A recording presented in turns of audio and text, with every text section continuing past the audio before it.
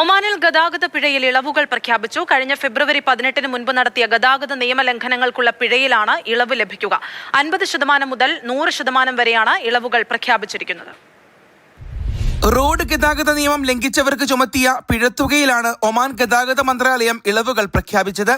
2025 ഫെബ്രുവരി 18 മുമ്പ് ചുമത്തപ്പെട്ട പിഴയ്ക്കാണ് ഇളവ് ലഭിക്കുകയെന്ന് ഗതാഗത മന്ത്രാലയം വിശദീകരിച്ചു. ടാക്സികൾക്കും ചെറുകിട വാഹനങ്ങൾക്കും ലഭിച്ച പിഴയിൽ 100% ഇളവ് ലഭിക്കും. ചെറുകിട ഇടത്തരം സംരംഭങ്ങൾക്ക് 70% ഇളവാണ് പ്രഖ്യാപിച്ചിരിക്കുന്നത്.